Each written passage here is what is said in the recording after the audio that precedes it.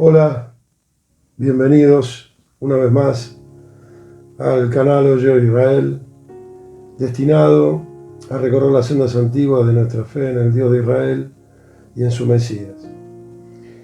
Y como lo prometido es deuda, vamos a hacer un estudio pormenorizado de esta carta tan mal interpretada del apóstol Pablo, dirigida a los Gálatas. Porque ya hemos estudiado acerca del apóstol, de la mala interpretación que han hecho de sus dichos en casi todos sus escritos, pero esta es particularmente una carta bastante mal interpretada. Vamos a escudriñarlo. La cristiandad ha desviado, como decía, no en esta generación, sino desde hace 2000 años, y por eso es bueno que pongamos las cosas en contexto. Como dije con anterioridad en algún momento de alguna de todas mis intervenciones, cuando uno va a estudiar una carta en el Nuevo Testamento es necesario ubicar el autor, el destinatario, saber las características del destinatario, quién era concretamente, ubicar en la carta o en otras cartas las razones de por qué el autor de la carta ha decidido escribirla, porque generalmente existe una razón doctrinaria que los movió a escribir. Y sabemos bien las características del autor, sabemos bien quién es Pablo, lo hemos estudiado, pero tenemos que ver quién es el destinatario. Y para lograr esto último, se hace necesario leer los saludos de otra carta y paradójicamente de otro apóstol, no de Pablo. Me refiero a la primera carta del apóstol Pedro, en el capítulo 1, versos 1 y 2, que es el saludo básicamente de la carta que el apóstol hace, que Pedro hace, y que dice así: Pedro, apóstol de Yeshua Mashiach, a los expatriados de la dispersión en el Ponto, en Galacia, en Capadocia, Asia y Bitinia. Y continúa el verso 2. Elegidos según la presciencia de Dios Padre, en santificación del Espíritu, para obedecer y ser rociados con la sangre de Yeshua Mashiach, gracia y paz les sean multiplicadas. Acá hay un par de palabras que son muy interesantes. Primero, bueno, dentro de los lugares que él menciona en el saludo, se encuentra Galacia, justamente. Pero hay palabras que son clave. Por ejemplo, expatriados, que quiere decir que no estaban en su patria. Dispersión, es decir, todos estos que él nombra de estos lugares son dispersos. Habíamos estudiado quiénes eran dispersos y quién los había dispersados en las clases del establecimiento del reino. Yo los invito a que lo reescuchen o lo vuelvan a ver, lo revean. Y agrega que son elegidos según la presciencia, o sea, obviamente está hablando de la ciencia de Dios, pero desde siempre, ¿sí? Desde la eternidad. Pre es un adverbio justamente que denota preexistencia, ¿sí? Para obedecer y ser rociados con la sangre redentora. Entonces, la iglesia de Galacia fue levantada por Pablo, claramente. Después vamos a ahondar en eso. Por Pablo, por Silas y por Timoteo. Después de la visión que Pablo tuvo en Hechos 16 del varón macedonio, él iba a quedarse en el Asia, y sin embargo, ese varón macedonio en Hechos 16, ese sueño que él tiene, esa visión que él tiene, lo hace ir para el lado de Grecia. De hecho, Macedonia es eso, la actual Grecia. Y lo hace cuando vuelve a pasar. Esta carta está redactada en el tercer viaje misionero. Es en esa oportunidad, en su tercer viaje misionero de Hechos 18, 2 capítulos después, en Hechos 16 está la visión, en Hechos 18 es el tercer viaje, y es en esta segunda visita que él hace 2 visitas. Primero, en la primera oportunidad, en el primer viaje misionero, la funda, la iglesia. En el segundo la visita, y entre el segundo y el tercero es que escribe esta carta. Justamente fue motivada por lo que él vio en el segundo viaje. Bueno, veamos entonces quiénes formaban parte de esta iglesia. Y leímos a Pedro recién. Y expatriados de la dispersión, y agrega que son elegidos como expliqué. Entonces la cuestión es que la iglesia de Galacia, en su gran mayoría, son elegidos por Dios, son expatriados y son dispersos. Y están en lugares ajenos a su tierra. O sea, básicamente son israelitas, son ovejas perdidas de la casa de Israel. Entonces ya contamos con algunos otros datos, que son muy buenos por otra parte, porque eso va a hacer que podamos entender las razones de la carta del apóstol. En la carta, ahora sí estoy hablando de Gálatas, y luego de una breve salutación, el apóstol del inicio comienza a exhortar al pueblo de los galos. Y enojado, casi diría, porque entiende que algunos han introducido en la congregación enseñanzas que nada tienen que ver con lo que él había enseñado en sus visitas, cuando la fundó y cuando la visitó. Eso resulta muy deducible que se trate de su segunda visita, la de Hechos 18, y no de la primera. Si usted observa los mapas que la Biblia trae ilustrados en los viajes de Pablo, podrá apreciar que Galacia era una provincia romana, en el límite entre el Asia y la entrada o la puerta de Europa, más precisamente Grecia. La visión del varón macedonio de Hechos 16 hace que Pablo zarpe desde Troas, que está en el Asia, hacia Grecia, hacia Macedonia en aquel tiempo. Y vamos a leer Hechos, la visión, para saber el contexto. Hechos 16, versos 1 al 5. Después llegó a Derbe y a Listra, y he aquí había allí cierto discípulo llamado Timoteo, hijo de una mujer judía creyente. Son todos datos que quiero que tengan en cuenta después, pero de padre griego. Y daban buen testimonio de él los hermanos que estaban en Listra y en Iconio. Quiso Pablo que Timoteo, fuese con él, y tomándole, le circuncidó por causa de los judíos que había en aquellos lugares, porque todos sabían que su padre era griego. Y al pasar por las ciudades les entregaban las ordenanzas que habían acordado los apóstoles y los ancianos que estaban en Jerusalén para que las guardasen. Esto se está refiriendo a Hechos 15, el concilio de Jerusalén, que después lo vamos a estudiar. Así que las iglesias eran confirmadas en la fe y aumentaban en número cada día. Están aún en Asia entonces. Pablo conoce a Timoteo y lo circuncida. Porque aunque su madre era judía, su padre era griego, ergo no estaba circuncidado. Y seguramente por eso el joven no había sido circuncidado en sus primeros días de vida. Y luego el apóstol se lo lleva de allí a Europa junto con Silas. Dice también el relato que lo circuncidó por causa de los judíos que estaban ahí. Este dato resultará muy importante cuando desandemos la carta de Gálatas y Pablo enfrente a Pedro frente a los judíos. Continúa el relato diciendo que entregaban en las ciudades a los seguidores del Mesías las ordenanzas que habían acordado los apóstoles y los ancianos de Jerusalén, haciendo clara referencia al mal denominado Concilio de Jerusalén de Hechos 15.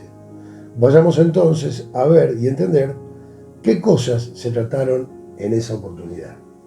Del 1 al 21, es un poco largo, pero vale muchísimo la pena, porque nos da el contexto. Entonces algunos que venían de Judea enseñaban a los hermanos lo siguiente: si no se circuncidan conforme al rito de Moisés, no pueden ser salvos. Y escuche bien este término. Los judaizantes, porque de alguna manera hay que denominarlos, y estos son esos tipos, decían que todo bien, hay que creer en Yeshua porque él es el Mesías, pero si quieren ser salvos, tienen que hacer el rito de Moisés, circuncidarse. Y como Pablo, que ya venían de viajes misioneros, y Bernabé, tuviesen una discusión y contienda no pequeña con ellos, con los judíos que imponían este rito, se dispuso que subiesen Pablo y Bernabé a Jerusalén y algunos otros de ellos a los apóstoles, que subieran a ver a los apóstoles, y a los ancianos para tratar esta cuestión. Ellos pues, habiendo sido encaminados por la iglesia, pasaron por Fenicia y Samaria, contando la conversión de los gentiles, y causaban gran gozo a todos los hermanos, porque se convertían muchas almas. Cuando llegaron a Jerusalén, fueron recibidos por la iglesia, y los apóstoles y los ancianos, los que estaban ahí en Jerusalén, fueron recibidos por ellos, y refirieron ellos todas las cosas que Dios había hecho con ellos. Pero algunos de la secta de los fariseos que habían creído, o sea, eran judíos, fariseos, pero mesiánicos, creían en Yeshua, que habían creído, se levantaron diciendo: es necesario, acá repiten, es necesario circuncidarlos y mandarles que guarden la Torá de Moshe. Acá ya se agrega otra cosa. Acá se agrega la circuncisión y que estudien Torá. Que guarden Torá. Y se reunieron los apóstoles y los ancianos para conocer de este asunto. Bueno, ¿quién tiene la razón? Y después de mucha discusión, Pedro se levantó y les dijo: varones hermanos, ustedes saben cómo ya hace algún tiempo que Dios escogió que los gentiles oyesen por mi boca la palabra del Evangelio y creyesen. Pedro está hablando de su testimonio ahora. Y Dios, que conoce los corazones, les dio testimonio, dándoles el Espíritu Santo, el Ruach HaKodesh, lo mismo que a nosotros. Y ninguna diferencia hizo entre ellos y nosotros, purificando por la fe sus corazones. Ahora pues, ¿por qué tientan a Dios poniendo sobre la espalda, sobre la cerviz de los discípulos un yugo que ni nuestros padres ni nosotros hemos podido llevar? ¿Se está hablando de la circuncisión cuando habla de yugo? Claramente no, están todos circuncidados. Está hablando de guardar y de obedecer la Torá. Y dice que los padres no la habían obedecido. Antes creemos que por la gracia del Señor Yeshua seremos salvos, de igual modo que ellos. Entonces toda la multitud cayó y oyeron a Bernabé y a Pablo, que contaban cuán grandes señales y maravillas había hecho Dios por medio de ellos entre los gentiles. Y cuando ellos callaron, Jacobo, que era el que estaba a cargo de la congregación, respondió diciendo: varones hermanos, oigan, Simón ha contado cómo Dios visitó por primera vez a los gentiles para tomar de ellos pueblo para su nombre. Y con esto concuerdan las palabras de los profetas, como está escrito: después de esto volveré y reedificaré el tabernáculo de David, que está caído, y repararé sus ruinas y lo volveré a levantar, para que el resto de los hombres busque al Señor. Y todos los gentiles sobre los cuales es invocado mi nombre, dice el Señor, que hace conocer todo esto desde tiempos antiguos.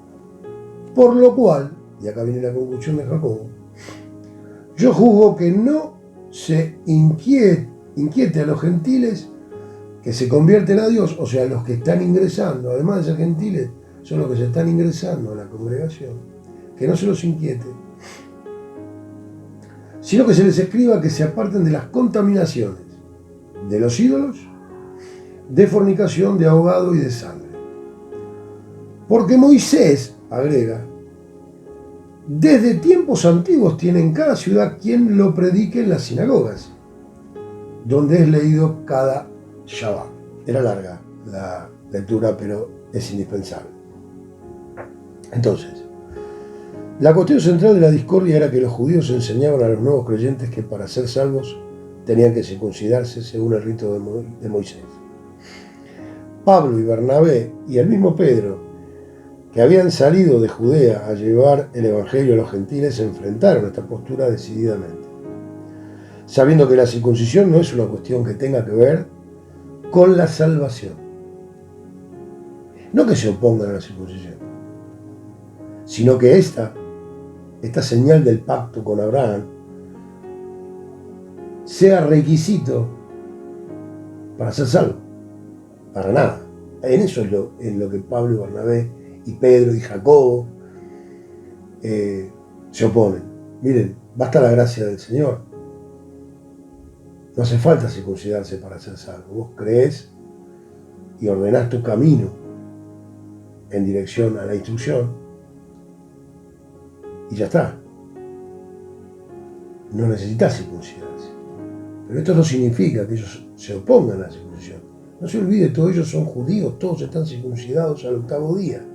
Y de hecho Timoteo, como vimos, ya de grande, de joven, fue circuncidado por Pablo.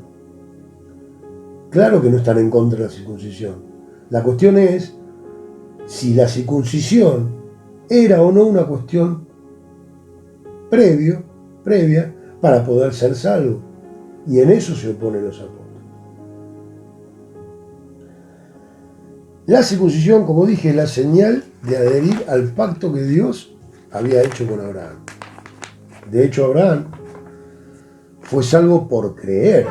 Creyó, obedeció el llamado, salió de Ur de los Caldeos, y le fue contado por justicia. O sea, fue justificado por la fe, Génesis 12. Y luego vivió el pacto, y vino el pacto y la señal, Génesis 17. Toda la cristiandad debe entender que la circuncisión nada tiene que ver con la salvación. De hecho, toda la Torá nada tiene que ver con la salvación. Porque, y es de lo que se está hablando, por eso dice, no le carguen con un yugo que ni sus padres han podido cumplir. Porque la Torá no salva. Y la circuncisión menos. La salvación es por fe, ya lo explicamos cuando Pablo explica la ley de la fe.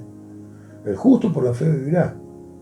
Se te cuenta por justicia que vos creas en Yeshua, en su sacrificio expiatorio, en el derramamiento de su sangre redentora, en que resucitó al 3er día y que ascendió y está en gloria. Entonces, si usted cree, es salvo. Esto es lo que se está discutiendo. Eso no significa que usted no deba enderezar los pasos, caminar en Torah, caminar en instrucción y hacer lo mejor posible de su vida para tratar de cumplir los mandamientos. Incluso, si lo desea, puede circuncidarse. Ahora, ninguna de esas dos cosas son requisitos para que usted sea salvo. Usted ya es salvo. ¿Puede perder la salvación si no endereza los pasos? Claramente que sí. Claramente que sí, lo vimos en la clase anterior. Pero no son condiciones para poder ser salvo, y esto es lo que se está discutiendo. En Hechos, en el Congreso de Jerusalén, que en realidad no fue un concilio, se reunieron los ancianos de la iglesia y los apóstoles, y todos decidieron esto. No hay ningún concilio, no es que vinieron de otras iglesias, de otros países. Este concilio de Jerusalén es un término netamente grecorromano, que nada tiene que ver con ese momento.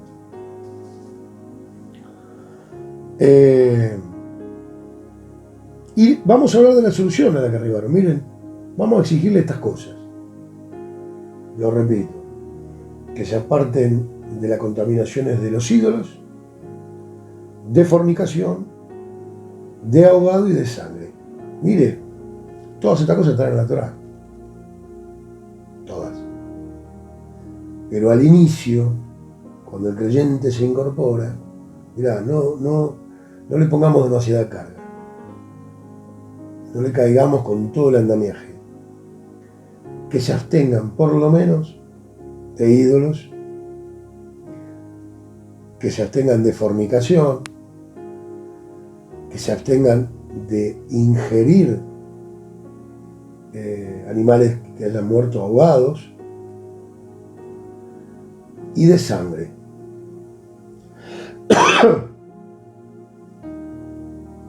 Pero esto es solo al principio. Entonces hay que saber entender. Acá han aprovechado el verso 21 de este capítulo, y lo voy a releer. Porque Moisés, desde tiempos antiguos, tiene en cada ciudad quien lo predique en las sinagogas, cada Shabbat. Y utilizaron esto para dividir a judíos de gentiles. Miren, los judíos están con la Torá y con Moisés en la sinagoga, y los gentiles no tenemos que circuncidarnos, no tenemos Torá y estamos los domingos en la iglesia. Nada que ver. Esto justamente, lejos está de dividir aguas, sino que está expresado para unir. Lo que está, el verdadero significado de estos versos es, miren, al inicio vamos a exigirle estas 4 cosas nada más.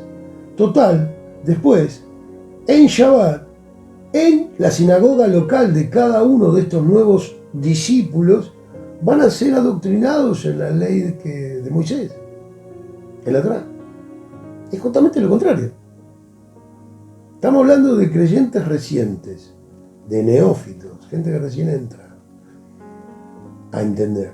Entonces, mientras son así niños, para denominarlo de alguna manera, vamos a darle esta leche, que son estas 4 cosas.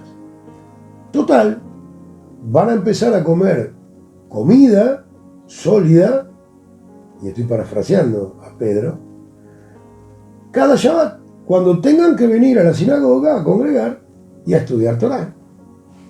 Entonces esto está lejos de dividir judíos de gentiles, esto une judíos con gentiles. ¿Quedó claro?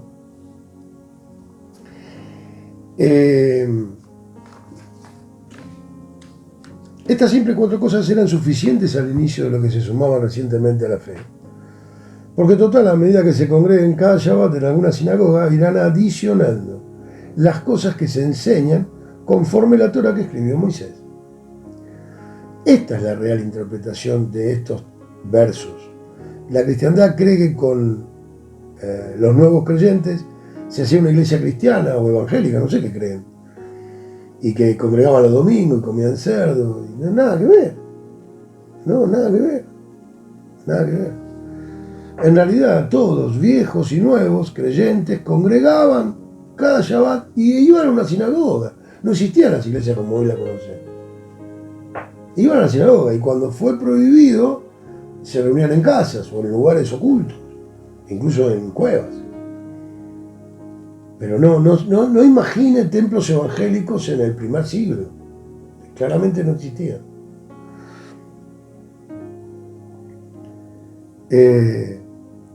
Ahora, porque este es el punto central de toda esta exégesis que vamos a hacer de Gálatas, que quede claro, nadie debe exigir ningún mandamiento, ninguno, para ser salvo.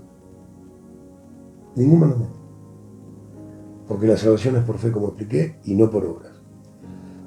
Pero eso sí, una vez que creímos, debemos caminar en justicia, observando las instrucciones de Dios, no para ser salvos, sino como consecuencia de haber sido salvados por la gracia del Señor. Toda esta interminable introducción, porque todavía no leí Gálatas,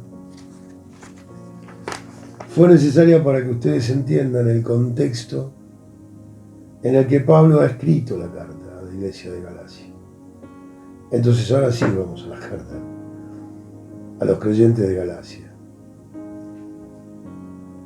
Verso 1, vamos a empezar por el principio, y lo voy a leer del 1 al 5. Pablo, apóstol, no de hombres ni por hombre, sino por Yeshua Mashiach y por Elohim, Abba, que lo resucitó de los muertos. Y todos los hermanos que están conmigo a las iglesias de Galacia. Gracia y paz sea a ustedes,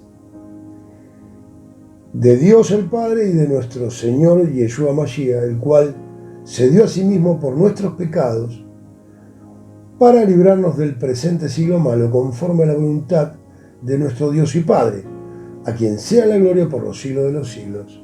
Amén. Ya del arranque, Pablo está dejando bien clarito que fuimos redimidos por el sacrificio del Señor. Es un saludo corto, porque él quiere ir al grano. Pablo quiere retarnos, por eso quiere ir al grano. Y por supuesto tiene mucha razón para hacerlo. Veamos entonces cuál era la razón por la que eran receptores de tal reto o de tal exhortación. Y seguimos con los versos 6 y 7. Estoy maravillado, dice el apóstol, de que tan pronto se hayan alejado del que los llamó por la gracia del Mesías para seguir un evangelio diferente. Y en el 7 dice, no que haya otro, claramente no hay otro, sino que hay algunos que los perturban y quieren pervertir el evangelio del Mesías. Entonces, primero, el apóstol está asombrado de que cayeron unos paracaidistas y enseguida con alguna prédica más o menos elocuente o alguna enseñanza haya podido torcer a toda una iglesia o la gran mayoría de ella. A tal punto que los acusa de seguir noticias distintas, evangelios diferentes, un evangelio distinto a los que él enseñó con anterioridad. Y aclara, no porque exista otro, claramente que no, sino que hay quienes se encargan de pervertirlo.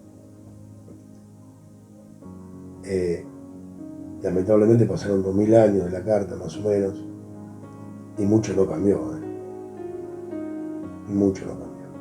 Solo que en aquel tiempo eran judíos que traían formatos, tradiciones. Hoy, al revés, nos vamos al otro extremo. Porque vino la gracia, podemos hacer lo que queramos. Total, Dios perdona, ¿sí? Pero la desviación existe. La serpiente es astuta, intentó de una manera, sigue con otra manera, pero siempre es igual. Versos 8 al 10. Mas si aún nosotros, o a un ángel del cielo, les anunciara otro evangelio diferente del que les hemos anunciado, sea anatema, sea maldito.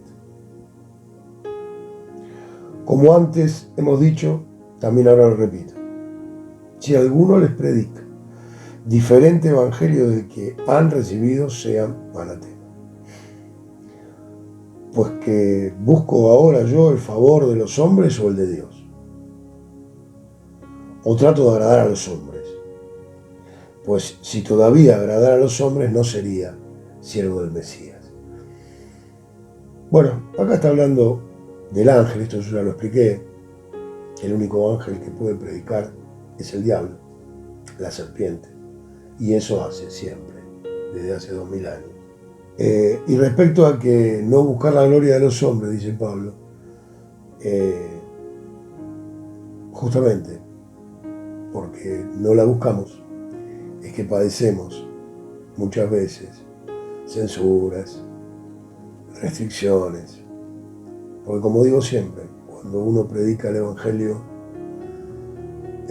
verdadero, el evangelio de las raíces hebreas, que hay que caminar en instrucción y que es necesario observar los mandamientos, y como la carne no quiere sujetarse, somos rechazados.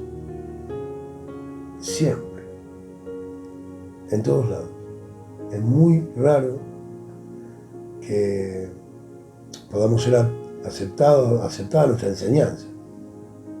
no quieren escuchar que hay que cumplir la Torá, lamentablemente. Pero bueno, no es parte de la historia. El ministerio de Pablo. Ahora Pablo empieza a relatar cómo es que él es ministro. Versos a partir del 11 hasta el 16, como era. Mas les hago saber, hermanos, que el evangelio anunciado por mí no es según un hombre. ¿Se acuerdan en la salutación? En el verso 1. Pablo, apóstol, no de hombres, ni por hombre, sino por Yeshua Mashiach. Bueno, acá explica esa salutación. Dice, yo, hermanos, no recibí, lo que les enseñé no lo recibí de ningún hombre. El 12 dice, pues yo ni lo recibí ni lo aprendí de hombre alguno, sino por revelación de Yeshua Mashiach.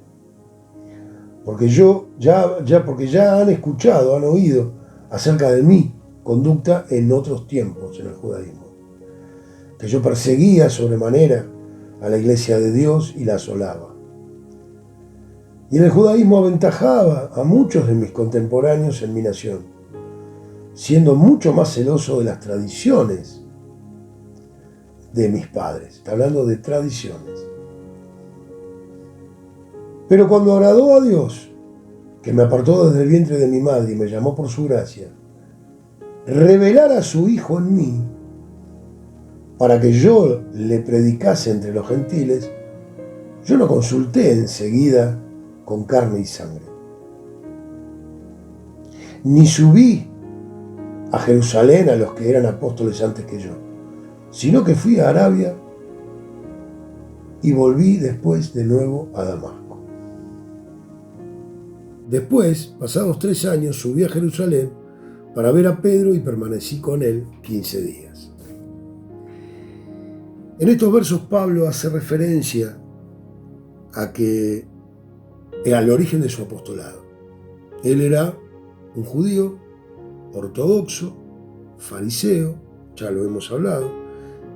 Acá agrega que era perseguidor de los mesiánicos, de los que creían en Yeshua, pero cuando tiene el encuentro con Dios, narrado en Hechos 9, él en gloria tiene un encuentro con el Señor en gloria, y él se da cuenta de lo mal que está haciendo y comienza a entender la cuestión. Ahora, cuando él vive esa experiencia que le cambió la vida, él no fue a consultar con apóstoles que eran antes que él.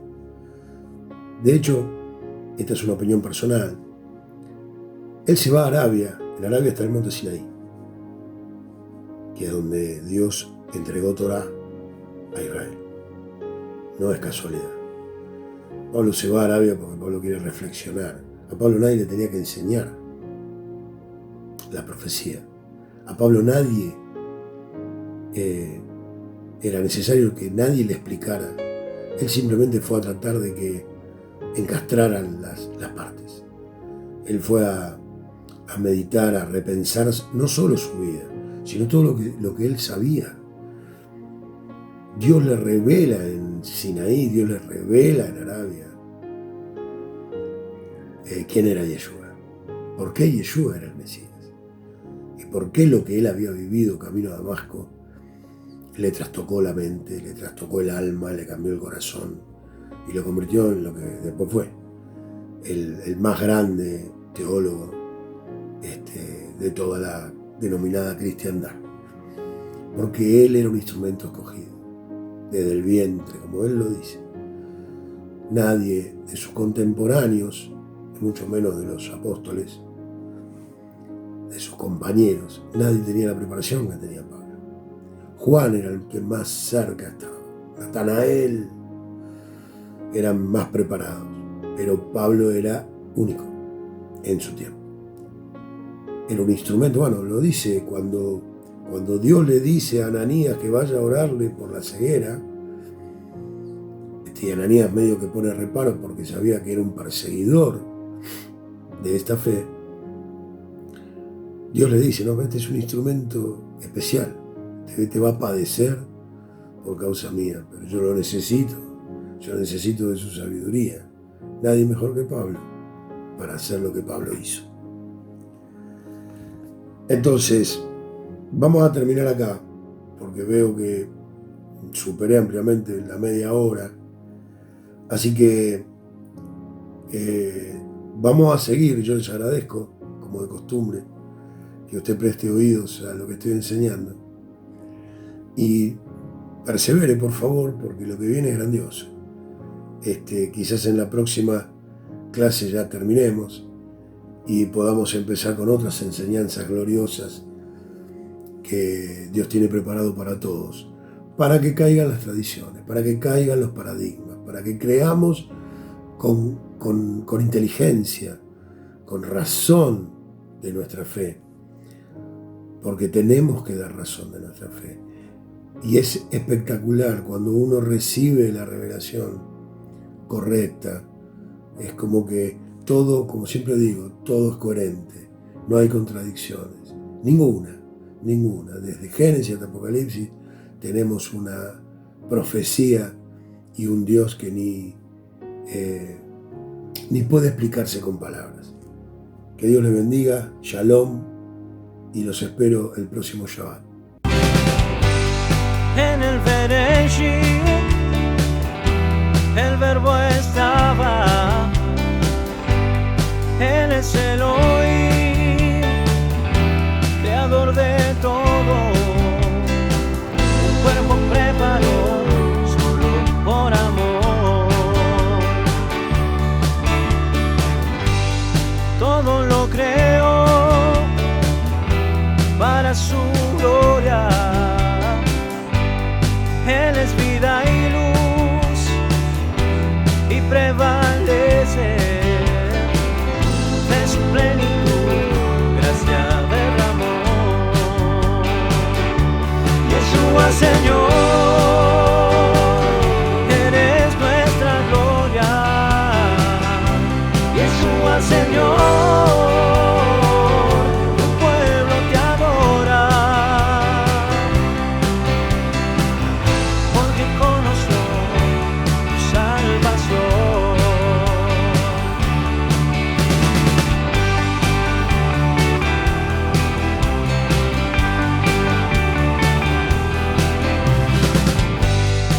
su humanidad lo rechazaron. Eso no impidió que nos mostrara en su caminar el rostro de Dios. Yeshua Señor, eres nuestra gloria. Yeshua Señor,